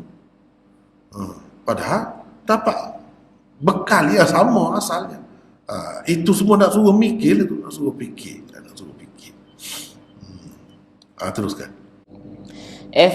Ayat ke-25 menerangkan tentang langit dan bumi wujud dengan kekuasaan dan kehendak Allah. Ia juga merupakan dalil kudrat dan dalil adanya hari akhirat. Ayat ke-25. وَمِنْ آيَاتِهِ أَنْ تَقُومَ السَّمَاءُ وَالْأَرْضُ بِأَمْرِهِ ثُمَّ إِذَا دَعَاكُمْ دَعْوَةً مِنَ الْأَرْضِ إِذَا أَنْتُمْ تَخْرُجُونَ. G. Di dalam ayat ke-46 tersebut angin dan kapal-kapal sebagai dalil kekuasaan Allah dan kewujudan hari akhirat. Setelah mengemukakan sifat rububiyah Allah, manusia dituntut supaya bersyukur. Ayat 46. وَمِنْ آيَاتِهِ أَنْ يُرْسِلَ الرِّيَاحَ مُبَشِّرَاتٍ وَلِيُذِيقَكُمْ مِنْ رَحْمَتِهِ وَلِتَجْرِيَ الْفُلْكُ بِأَمْرِهِ وَلِتَبْتَغُوا مِنْ فَضْلِهِ وَلَعَلَّكُمْ تَشْكُرُونَ. Keempat, dalil-dalil anfusi. Dalil anfusi untuk tauhid telah dikemukakan dalam bentuk suatu perbandingan kepada orang-orang yang berakal bahawa mereka tidak menganggap hamba-hamba yang dimiliki mereka sama dengan orang-orang yang merdeka. Jadi bagaimana akan dianggap Allah seperti makhluk? Ayat 28. Daraba lakum mathalan min anfusikum hal lakum mimma malakat aymanukum min syuraka'a fima razaqnakum fa antum fihi sawa'un takhafunahum ka khifatikum anfusakum kadzalika nufassilul ayati liqaumin ya'qilun. B. Dalil-dalil anfusi untuk akhirat. Manusia diseru supaya merenungi diri sendiri bahawa Allah tidak menjadikan seluruh alam ini tanpa tujuan. Ia adalah tempat ujian. Oleh itu, manusia hendaklah menerima adanya hari akhirat dan hendaklah hidup berpandukan hukum-hukum Allah. Ayat 8. Awalam yatafakkaru fi anfusihim ma khalaqallahu as-samawati wal arda wa ma bainahuma illa bil haqqi wa ajalin musamma. وَإِنَّ كَثِيرًا مِنَ النَّاسِ بِلِقَاءِ رَبِّهِمْ لَكَافِرُونَ. Seterusnya kita pergi kepada surah Luqman. Surah Luqman. Surah Luqman adalah surah ke-31, bilangan ayatnya 34. Ini surah ini termasuk dalam surah Makkiyah juga. Dan bilangan paragrafnya ada 4 sahaja. Mesej utamanya ada 3. Hikmat yang paling besar ialah kesedaran untuk bersyukur. Itu hikmat paling besar. Adanya kesedaran untuk bersyukur. 2, dengan syukurlah manusia menemui jalan tauhid. 4 ni ada 4 sini mesej utama. Yang ketiga, tauhid adalah keadilan dan syirik adalah kezaliman. Yang keempat, dalil-dalil tauhid. Dalil-dalil tauhid. Kenapa kalau kita tengok di dalam Quran, di dalam surah mana-mana tekan sangat tauhid? Tekan sangat tauhid. Sebabnya mudah sangat manusia ni nak orang kata nak gelecah, nak tergelincir, nak jadi syirik. Padahal kita tengok agama-agama lain pun asalnya tauhid juga. Macam mana boleh jadi syirik? Sebab itulah yang telah jadi syirik itu nak bawa mari kepada ajaran tauhid yang sebenar perlu kepada dalil-dalil. Dan yang sudah Islam sudah pegang dengan ajaran tauhid itu supaya dia berpuas hati. Berpuas hati. Rasa lega, kita ada hujah. Tauhid kita tu yang kita pegang tu. Jangan duduk berganjak, jangan duduk orang kata tak kejap pendirian kita tu. Mestilah pendirian kita tu biar kejap. Sebab apa? Kita mempunyai dalil-dalil dan hujah-hujah yang kuat. Walaupun umat Islam ni satu-satunya umat tauhid yang berjaya memegang akidah tauhid ni, tetapi kita ada hujah yang kuat. Jangan bimbang. Kalau ketika setengah-setengah tempat tu kita sedikit, mereka ramai, ahli syirik ramai, jangan bimbang, jangan risau. Sebab hujah memberi kekuatan kepada kita. Dalil-dalil itu sebab penting. Kenapa selalu disebut dalil-dalil tauhid? Itu sebabnya. Nak menguatkan orang yang berpegang dengan akidah tauhid. Sebab kita, tempat kita ni kita nampak ramai lah orang Islam, cuba pergi tempat lain. Mungkin tergugat kita. Jadi jangan terpengaruh dengan bilangan yang ramai. Kita kena pakai hujah, kita kena pakai bukti, dalil. Baik, paragraf 1 ayat 1 hingga 9, kalam Tuhan yang hakim penuh hikmat. Paragraf 2 ayat 10 hingga 13, 10 hingga 11, tidak percaya Tuhan pencipta dan Rab sebagai Tuhan yang esa adalah kezaliman. 12-13, syukur dan tauhid adalah keadilan dan syirik adalah kezaliman. Paragraf 3 ayat 14 hingga 19, kata-kata hikmat Luqman, Luqmanul Hakim. Disebut Luqman Al-Hakim. Daripada ayat 14 hingga 15, hak-hak dua ibu bapa yang tidak mutlak. 16, sifat ilmu dan kudrat Allah. 17, sembahyang amar ma'ruf, itu koma tu. Sembahyang amar ma'ruf dan nahi mungkar dan sabar termasuk dalam azmil umur. 18 hingga 19, hak-hak manusia. Paragraf yang keempat ayat 20 hingga 34, dalil-dalil mengisbatkan, membuktikan tauhid dan penolakan syirik. Jadi daripada 20 hingga 34 tu pecahan pula. 20 hingga 24, asas syirik ialah ikut nenek moyang tanpa dalil. Itu asas syirik. Asas syirik ikut nenek moyang tanpa dalil. 25 hingga 27, orang yang percaya Allah sebagai pencipta hendaklah menerima Allah juga sebagai ilah. 28-29, kekuatan Allah adalah dalil adanya alam akhirat. 30-31, menolak kesyirikan, tauhid doa, hak dan batil. 32, seruan kepada tauhid, bersesuaian dengan fitrah. 33, iblis, pendorong kepada mengikut nenek moyang. 34, tauhid ilmu. Baik, secara terperincinya kita tengok pula zaman diturunkan. Baca lagi Hazim.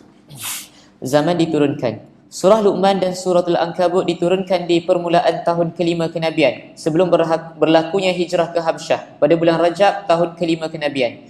Di dalam surah ini, anak-anak muda yang baru memeluk Islam diperintahkan supaya melayani dengan baik kedua ibu bapanya yang musyrik. Dalam keadaan mereka berusaha menarik kepada kesyirikan pula, mereka tidak boleh ditaati.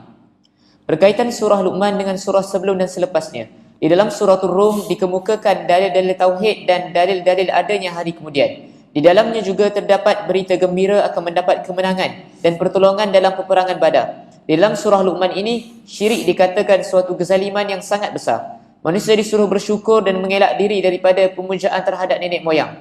Di dalam surah Luqman terdapat beberapa nasihat bernas oleh Luqman. Ia sebenarnya menggambarkan sifat-sifat orang mukmin. Di dalam surah As-Sajdah akan datang juga dinyatakan sifat-sifat orang mukmin, di samping dinyatakan perbezaan di antara orang mukmin dan orang fasik. Antara sifat orang mukmin ialah mereka bertasbih memuji Tuhan di samping bertahajud pada waktu malam. Selain itu, mereka merendah diri, takut kepada Allah dan percaya akan bertemu dengan Tuhan di akhirat kelak. Beberapa kata kunci dan tema utama surah. Pertama, Allah Subhanahu Wa Taala bersifat hakim, yakni bijaksana. Kitab suci yang diturunkan kepada Nabi Muhammad juga bersifat hakim. Segala ujian di dunia dan segala sistem balasan baik dan buruk yang akan berlaku di akhirat nanti juga berasaskan hikmat. Allah Subhanahu Wa Taala bersifat dengan hakim, ayat ke-9. Wa huwal azizul hakim. B. Kitab Allah juga bersifat dengan hakim, ayat ke-2. Tilka ayatul kitabil hakim. C. Luqman juga telah diberikan hikmat yang membawanya kepada bersyukur kepada Allah, ayat 12. Walaqad atayna Luqmanal hikmata an ishkur lillah. D. Balasan berupa syurga dan neraka juga berasaskan hikmat. Ayat 7 hingga 9. Kedua, di dalam surah ini diperintahkan manusia bersyukur. Hasil daripada perasaan syukur itulah lahir akidah tauhid. Syukur adalah sifat hamba-hamba Allah yang setia. A. Allah Subhanahu Wa Taala telah memberi hikmat kebijaksanaan kepada Luqman, di mana Allah memerintahnya supaya bersyukur kepada Allah. Ayat 12. B. Bersyukur adalah suatu sifat yang berguna kepada manusia itu sendiri. Ayat 12. Wa may yashkur fa innama yashkuru li nafsihi. C. Manusia yang tidak bersyukur dan tidak setia hanya ingat kepada Allah pada waktu ditimpa musibah, tapi hamba Allah yang bersyukur dan setia pula ialah orang-orang yang sentiasa ingat kepada Allah. Ayat 32. Ketiga, di dalam surah Luqman, manusia dinasihati supaya mengelak diri daripada pemujaan kepada nenek moyang. Mereka diseru supaya memilih jalan tauhid. A. Jika kedua ibu bapa memaksa anak-anaknya melakukan kesyirikan, maka mereka pun tidak boleh ditaati. Bagaimanapun mereka hendaklah dilayani dengan baik dalam kehidupan di dunia ini. Ayat 15. Wa in jahadaka ala an tusyrika bima laysa laka bihi ilmu fala tuti'huma wa sahibuhuma fid dunya ma'rufa. B. Orang-orang musyrikin diminta supaya mengikut Al-Quran. Sebagai jawapannya, mereka berkata, kami hanya akan mengikuti jalan yang dipilih oleh nenek moyang kami. Ayat 21. Wa idza qila lahum ittabi'u ma anzalallahu qalu bal nattabi'u ma wajadna 'alayhi aba'ana. Sekejap. Orang yang mengikut ma anzalallah, itulah orang yang bijaksana, hakim. Orang yang mengikut ma wajadna alaihi aba'ana, itulah orang yang tak cerdik. Jadi ma wajadna alaihi aba'ana, apa yang kita dapati daripada nenek moyang kita, semuanya betul. Ini orang tak cerdik. Orang yang cerdik macam mana? Dia ikut ma anzalallah, dia tidak ikut apa yang dia dapati daripada nenek moyang. Kalau yang mereka dapati daripada nenek moyang itu bagus tak apalah, boleh turutlah. Tapi kalau tak bagus jangan diturut. Walaupun ibu bapa kita sendiri pun jangan turut. Begitu dalam semua perkara. Bab akidah tu memanglah kemuncaknya. Bab lain-lain pun begitu juga. Kalau ayah hisap rokok, anda jangan pula tengok terpengaruh nak hisap rokok. Fikir. Bagus ke tidak? Walaupun ayah kita tu baik, kita sayang kepada dia, kita kena hormat kepada dia. Tapi apakah makna hormat tu kena ikut dia dalam perbuatan yang salah tu? Tidak. Itu contoh dalam kehidupan biasa lah. Contoh dalam kehidupan biasa. Ayah kita perangai dia tak elok. Kita nak tahu. Jangan tu. Jangan tu. Kalau hukum tu mana tidak sesuai, bercanggah dengan Allah. Hukum Allah. Jangan pakai yang tu. Jangan ikut masyarakat, jangan turut nenek moyang, orang ramai, jangan begitu. Itu beza di antara orang Islam sungguh dengan orang Islam ikut-ikutan ataupun orang bukan Islam. Orang bukan Islam, dia turut apa? Ma wajadna alaihi aba'ana. Orang Islam tu ma anzalallah. Dan orang yang turut ma anzalallah itu hakim. Itulah yang sebut di dalam surah ni. Surah Luqman. Luqman tu dia ikut Allah. Luqmanul Hakim. Kalau contoh filosof, Al-Hakim tu mana? Filosof. Orang yang cerdik, bijak. Dia anggap memang cerdik luar biasa. Pemikiran dia tu. Jadi kalau contoh di dalam Quran ni Luqman, itu contoh manusia biasa yang cerdiknya luar biasa. Kalau dia bercakap penuh dengan hikmat. Mari daripada mana? Gambaran sifat Tuhan yang mana? Sifat Tuhan yang bijaksana tu lah. Tuhan yang hakim tu. Quran pun bersifat macam tu juga. Hakim juga. Menjadi banyak perkara. Bila ada kebijaksanaan kan, dia jadi baguslah. Dia jadi bagus. Kalau tak ada kebijaksanaan itu, tak bagus. Rosaklah hidup kita. Jadi antara kebijaksanaan, kemuncak kebijaksanaannya, iaitu terima ajaran tauhid dan bersyukur kepada Allah. Teruskan. C. Pada hari kiamat nanti, anak tidak dapat membela ayah. Begitu juga sebaliknya. Kerana itu manusia hendaklah mengelak diri daripada pemujaan kepada nenek moyang. Mereka sebaliknya hendaklah memikirkan masa depan sendiri. Ayat 33. Wakhshaw yawman la yajzi walidun 'an waladihi wala mauludun huwa jazin 'an walidihi syai'a. Keempat, di dalam surah ini diberikan beberapa dalil tentang Allah sebagai Khalik, yakni pencipta, dan manusia diminta supaya menerima tauhid uluhiyah. A. Allah adalah pencipta langit-langit. Ayat ke-10. Khalaqas samawati bighairi amadin tarawunaha. B. Orang-orang musyrikin dicabar dalam bentuk soalan. Mereka ditanya, adakah min dunillah, yakni selain Allah telah mencipta apa-apa? Ayat ke-11. Hadza khalqullahi fa'aruni madza khalaqal ladzina min dunih. C. Orang-orang musyrikin menerima Allah sebagai pencipta, tetapi mereka melakukan kesyirikan dalam ibadat dan ketaatan. Ayat 25. Wala in sa'altahum man khalaqas samawati wal arda la yaqulunna Allah. D. Menjadikan manusia semua sekali dan menghidupkan mereka kembali. Bagi Allah sama sahaja dengan menjadikan seorang manusia. Ayat 28. Ma khalqukum wala ba'thukum illa ka nafsin wahidah. Kelima, di dalam surah ini juga terdapat dalil-dalil tauhid ilmu, yang bererti hanya Allah jua yang mempunyai ilmu yang sempurna dan lengkap. Ilmu seperti itu tidak ada pada sesiapa pun selainnya. A. Luqman telah membuat suatu perbandingan kepada anaknya dalam membuktikan tauhid ilmu dan tauhid kudrat Allah. Allah mengetahui secara mendalam segala perkara. Apa-apa yang tersembunyi di langit maupun di bumi, walaupun sebesar biji sawi, diketahui oleh Allah semuanya, dan Allah juga berkuasa membawanya keluar. Itu juga merupakan dalil adanya hari kemudian. Ayat 16. Ya bunayya innaha in taku mithqala habbatin min khardalin fatakun fi sakhratin aw fis samawati aw fil ardi ya'ti biha Allah. Innallaha latifun khabir. B. Allah Subhanahu wa taala Maha mengetahui. Dia mengetahui segala rahsia yang tersimpan di dalam dada manusia. Ayat 23. Innallaha alimun bidzatis sudur. Katakanlah biji sawi ataupun sebesar kuman, jatuh daripada kapal terbang, katakanlah. Jatuh daripada kapal terbang. Pergi ke mana? Kecilnya. Pergi ke dasar laut. Bahagian mana? Bahagian dasar laut mana? Allah tahu semua. Patah akan jadi macam mana? Seterusnya. Allah tahu. Kita tak tahu. Jadi pengetahuan Tuhan tu, apa ni, ilmu Tuhan tu, macam itulah keadaannya. Ini orang panggil tauhid ilmu. Duduk dalam batu, macam mana dia duduk dalam batu? Apa rezeki yang dia makan? Macam mana cara dia dapat rezeki? Duduk senyap, dia bukan boleh berlari pun.